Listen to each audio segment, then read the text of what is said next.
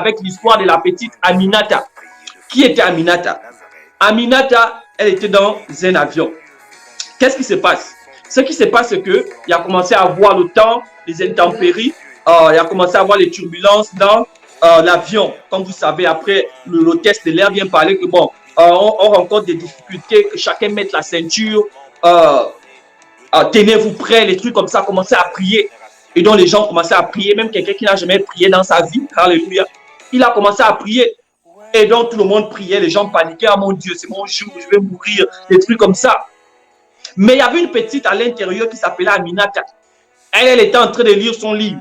Pendant que tout le monde était en train de s'inquiéter, les gens paniquaient. Il y avait les petites de son âge qui paniquaient. Alléluia. Les gens faisaient les derniers selfies. Mon dernier selfie avant de mourir. Les derniers Snapchat. Alléluia. Parce qu'ils savaient que là, c'était plus bon. Et le pire, c'était quoi? La situation s'empirait.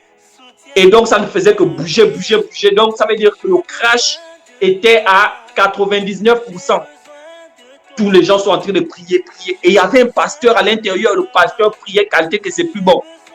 Mais il a remarqué qu'il y a une petite Aminata. Elle ne s'inquiète pas. Et donc, il regarde la petite comme s'il dit, oh, la petite a confiance en quoi comme ça qu'elle ne panique pas pendant que tout le monde est en train de... Il dit, non, là, elle a quand même quelque chose. Mais gloire à Dieu, tout est rentré dans l'ordre. Ils ont réussi à atterrir. Alléluia.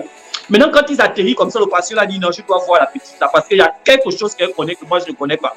Alléluia. Il part voir la petite, il demande à la petite, mais qu'est-ce qui s'est passé dans l'avion là-bas?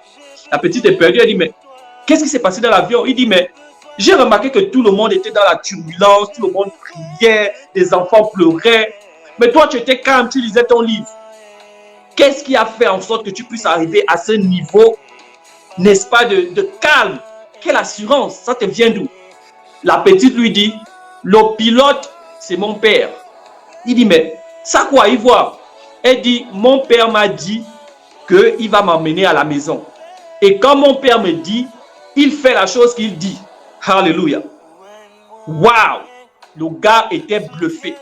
La petite croit en la parole de son père plus que les situations qui sont en train de se passer devant elle. Elle voit la mort, elle voit la turbulence, mais elle ne regarde pas ça. Elle s'attend, elle s'appuie sur ce que son père lui a dit. Sans savoir qu'est-ce que mon père est capable de résoudre ce genre de situation. Est-ce que sans son contrôle, elle dit ça là, ça ne me regarde pas. Moi seulement, ce que je m'appuie, c'est ce que mon père m'a dit. Il m'a dit qu'il va m'amener à la maison. Donc, peu importe ce qui se passe, il doit tout faire pour m'amener à la maison. Alléluia. Et c'est ça la foi avec Dieu. Si Dieu t'a dit quelque chose, peu importe les situations, peu importe les déceptions, alléluia, peu importe la maladie, peu importe la situation dans laquelle tu te trouves, où tu penses que, alléluia, j'ai la poisse, où tu penses que tout ce qui est de bon ne m'arrive jamais, où tu penses que tu commences quelque chose en bien, après ça finit par mal terminer, alléluia, tu te dis non, non, non, non, non, mon père m'a dit, alléluia, il va prendre soin de moi. Donc, tout ce qui peut se passer autour de moi, là, alléluia, c'est rien que, alléluia, des emmerdes. Moi, je ne mets pas ma foi sur ce qui se passe. Et donc, le pasteur était bluffé que, waouh, elle met sa foi sur ce que papa a dit. Alléluia. Ma question pour toi, c'est, qu'est-ce que ton père t'a dit? Et quand je parle de père, je parle du père spirituel parce que ton père naturel est limité. Alléluia. Qu'est-ce que Dieu t'a dit? Et s'il t'a dit quelque chose et que tu es sûr, alléluia, par sa parole, pourquoi les situations présentes, alléluia, te déstabilisent? Parce que tu n'es pas sûr, premièrement, que Dieu t'a dit. Deuxièmement, tu n'es pas sûr de la puissance de ton Dieu. La petite était tellement sûre de la puissance de son père. Elle était tellement sûre que son père ne ment pas. Elle était tellement sûre que son père l'aime, qu'il va tout faire. Il va tout faire ce qui en sont possible, que l'avion atterrisse bien pour qu'elle parte à la maison. Waouh! Waouh! Le pasteur était bluffé. Que même lui-même, le pasteur, il a commencé à damer les prières qu'il n'a jamais damées. Alléluia. C'est la foi là qu'on doit arriver. La foi qui croit que Dieu est capable. Donc, s'il ne fait pas maintenant, il va forcément faire. Alléluia. La foi qui croit, qui voit les autres avancer. Alléluia. Qui se pose des questions, mais qui continue de croire. Alléluia. La foi qui se dit, si Dieu a fait hier, il va faire demain. Alléluia. La foi qui se dit, malgré que je ne vois pas les résultats, mais je continue de croire. C'est la foi là que Dieu nous appelle à avoir. Alléluia. Et quand tu as cette foi, Dieu est touché et il va faire.